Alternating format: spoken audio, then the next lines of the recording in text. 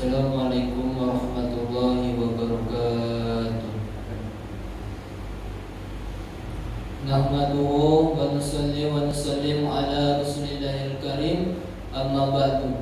Qala Allah ta'ala fil Qur'anil karim, a'udzu billahi minasy syaithanir rajim. Bismillahirrahmanirrahim. Qul huwallahu ahad, Allahus samad, lam yalid wa lam yulad wa lam yakul lahu kufuwan ahad. Shadaqallahul azim.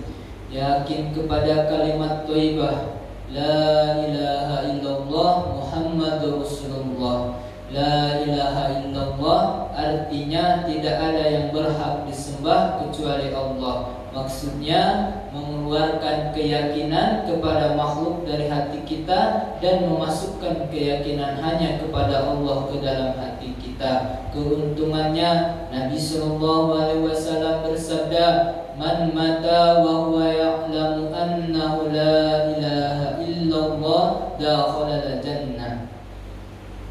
Barang siapa meninggalkan dunia dan ia mengetahui yakin bahwa tidak ada yang berhak disembah kecuali Allah, maka pasti masuk surga. Hadis riwayat Muslim dari Utsman radhiyallahu anhu, muttafaq hadis.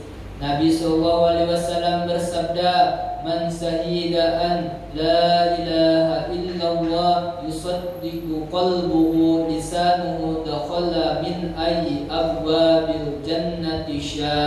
Barang siapa bersaksi bahwa tidak ada yang berhak disembah selain Allah, sedangkan hatinya membenarkan apa yang diucapkan oleh lisannya, maka dia akan masuk surga dari pintu mana saja yang ia hendaki. Hadis riwayat Abu Ya'la dari Abu Bakar As-Siddiq radhiyallahu anhu, muttafaq hadis.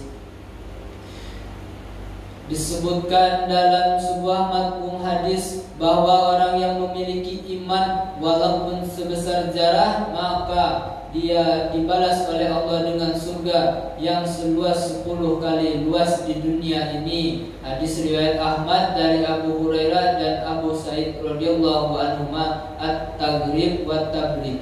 Cara mendapatkan hakikat la ilaha illallah, selalu mendakwahkan pentingnya iman, latihan dengan cara membentuk halaqah iman, majelis yang di dalamnya dibicarakan tentang iman, berdoa kepada Allah agar mengeruniaikan kepada kita hakikat iman. Muhammad Rasulullah artinya Muhammad SAW adalah utusan Allah. Maksudnya meyakini satu-satunya jalan untuk mendapatkan kejayaan di dunia dan di akhirat hanya dengan mengikuti cara hidup baginda Rasulullah SAW.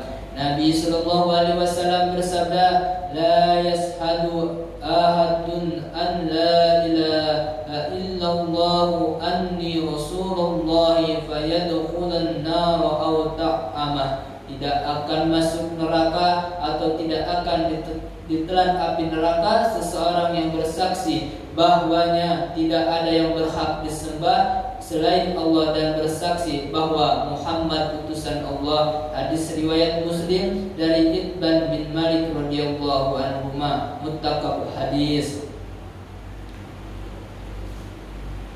Hadis Nabi SAW, "Man tamassaka bisunnati inda fasadi ummati falahu ajrun min atisya." Barang siapa berpegang teguh kepada sunnahku ketika rusaknya umatku, maka baginya pahala 100 orang mati syahid. Hadis riwayat Baihaqi dari Ibnu Abbas radhiyallahu anhu, at-tabligh wa tabligh. Hadis Nabi SAW, "Man ahya sunnati faqad ahabbani wa man ahabbani kana ma fil jannah." Barang siapa yang menghidupkan sunnahku, sungguh ia mencintaiku. Barang siapa mencintaiku, maka akan bersamaku dalam surga. Hadis riwayat As-Sajjad. Hadis Mu'aruf dan Anas radhiyallahu anhu, Al-Jami'us Sahih. Cara mendapatkan hakikat Muhammad Rasulullah, selalu mendakwahkan pentingnya sunnah Rasulullah Sallallahu Alaihi Wasallam. Latihan yakin dengan cara menghidupkan sunnah Rasulullah Sallallahu Alaihi Wasallam. 20. Salat khusyuk wal khudu' artinya salat yang diiringi konsentrasi batin dan merendahkan diri kepada Allah Subhanahu wa taala, serta dilakukan dengan cara Rasulullah SAW.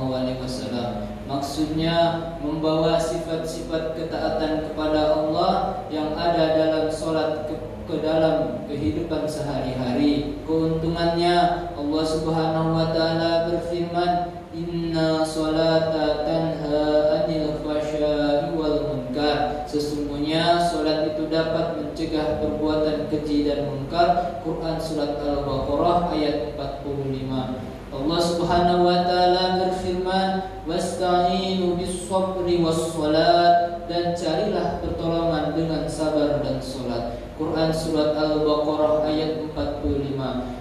Nabi sallallahu alaihi wasallam bersabda,